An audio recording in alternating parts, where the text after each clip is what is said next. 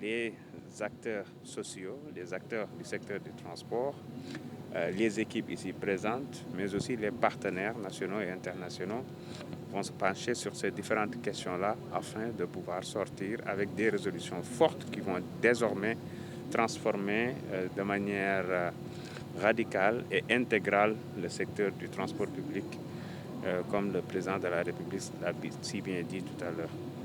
Les déficits d'infrastructures, l'insécurité routière sont revenus plusieurs fois dans les interventions. Sur le premier point, est-ce que le permis à point pourra régler ce problème? C'est un ensemble de solutions. Il n'y a pas une solution magique. Donc il faut un concours de plusieurs solutions afin de trouver en tout cas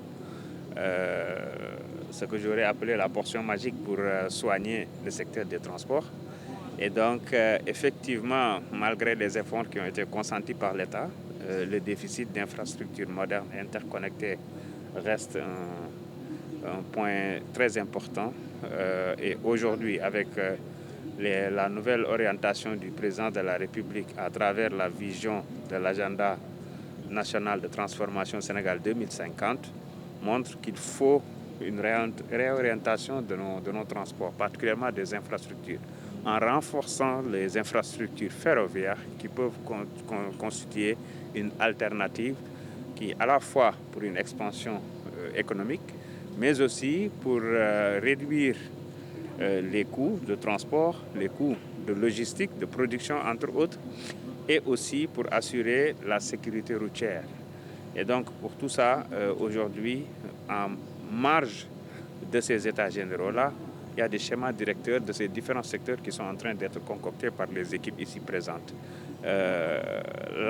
L'ancienne question de la sécurité routière, bien sûr, aujourd'hui est mise en exergue parce que tout simplement, nous perdons énormément en vie humaine dans des accidents et le plus grand pourcentage de ces accidents-là émanent du comportement humain.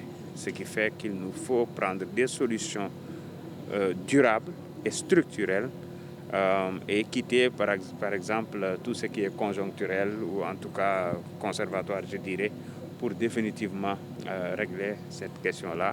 Et je pense que nous sommes sur la bonne voie avec la digitalisation intégrale, la vidéoverbalisation, bien sûr le permis à point qui est en train d'être préparé et la carte professionnelle du chauffeur, la régularisation du secteur des deux roues, des VTC, le renouvellement du parc et le renforcement surtout du contrôle routier avec bien sûr des moyens digitaux, des outils digitaux.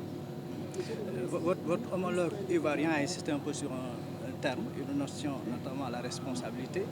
Qu'est-ce qu'il faut aujourd'hui concrètement pour davantage responsabiliser ces acteurs? J'en profite pour remercier mon homologue ivoirien, mais aussi celui de la Guinée-Bissau, qui ont beaucoup insisté sur deux points, la responsabilité collective comme individuelle, mais aussi l'intégration.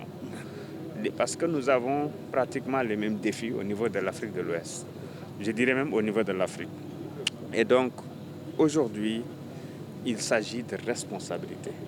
Chaque acteur doit prendre ses responsabilités, faire une rétrospection pour pouvoir lui-même apporter sa pierre à l'édifice.